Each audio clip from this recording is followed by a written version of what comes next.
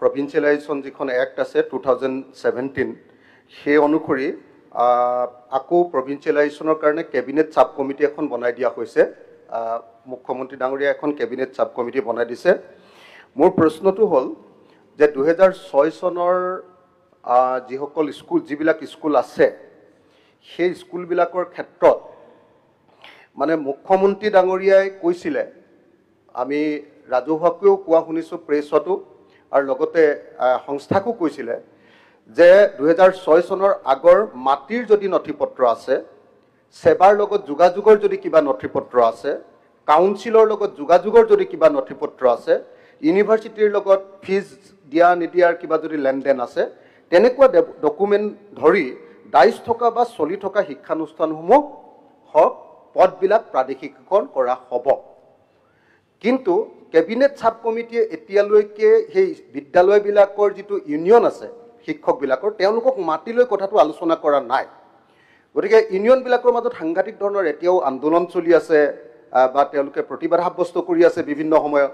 গতিকে মুখ্যমন্ত্ৰীৰ কথা অনুসৰি এই ধৰণে 2006 চনৰ যিবিলাক আগৰ যিবিলাক মাটিৰ ডকুমেণ্টকে ধৰি এই ডকুমেণ্টবিলাকক লৈ প্ৰাদেশিকৰণৰ ব্যৱস্থা কৰা হ'বনে?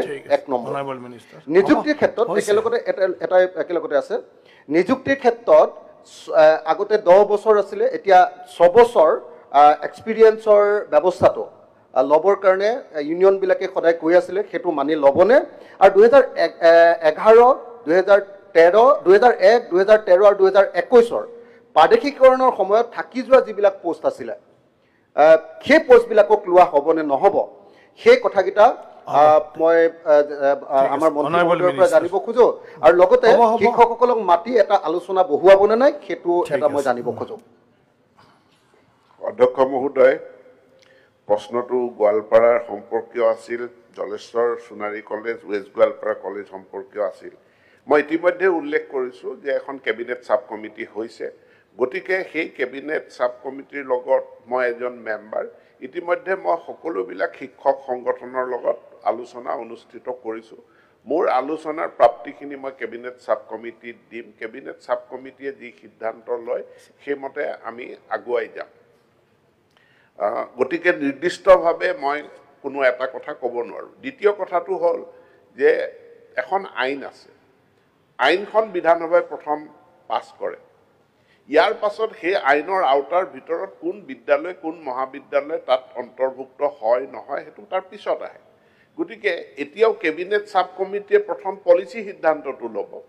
পলিচি সিদ্ধান্তটো লোৱাৰ পাছতহে ইণ্ডিভিজুৱেল বিদ্যালয় মহাবিদ্যালয় এখন তেওঁলোক আওতাৰ ভিতৰলৈ আহিব নে বাহিৰলৈ আহিব সেই কথাটো আহিব। গতিকে এতিয়া ব্যক্তিগতভাৱে এখন বিদ্যালয় বা মহাবিদ্যালয় সম্পৰ্কে মন্তব্য কৰাটো আমাৰ কাৰণে সম্ভৱপৰ কথা নহয়। মই সকলোকে অনুৰোধ জনাইছোঁ, অকণমান ধৈৰ্য ধৰিলে কেবিনেট চাব কমিটিৰ প্ৰতিবেদনখন সোনকালেই দাখিল হ'ব। তাৰ ওপৰত ভিত্তি কৰি কেবিনেটে নিশ্চিতভাৱে সিদ্ধান্তও গ্ৰহণ কৰিব আৰু সেই সিদ্ধান্ত লৈ মই বিধানসভাৰ মজিয়ালৈ আহিম। ধন্যবাদ। ধন্যবাদ।